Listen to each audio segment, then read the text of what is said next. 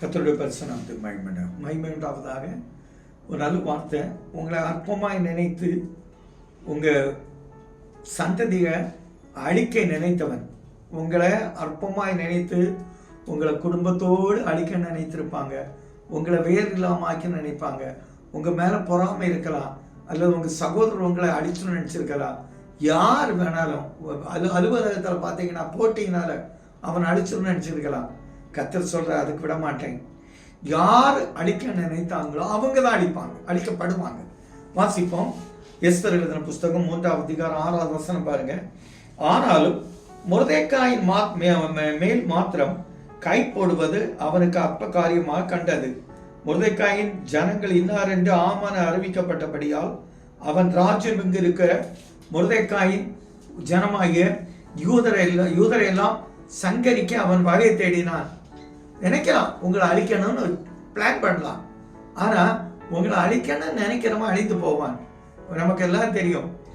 ஆமான் மொர்தெக்காய் அழிக்க நினைத்தான் பாருங்க. நினைக்கத்தான் செய்தான்.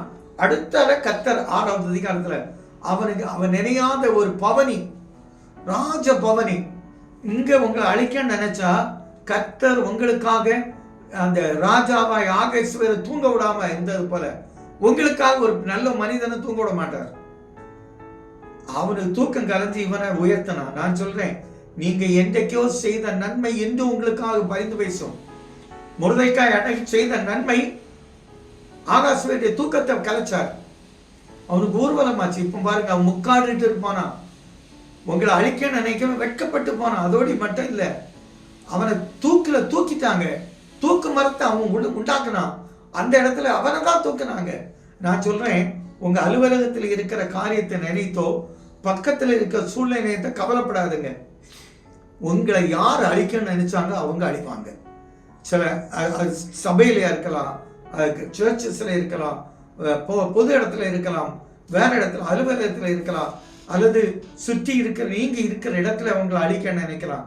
எங்கேயும் சொல்றேன், கர்த்தர் உங்க பக்கத்துல இருக்கிறார். ஏன்னா அவன் கர்த்தரை நம்புறான். தெருவில் சத்தம் போட்டு சாம்பல் கரிப்பு போட்டுக்கிட்டு ரெட்டு வஸ்திரம் உடுத்திக்கிட்டு கர்த்தரை நோக்கி கூப்பிட்டாள்.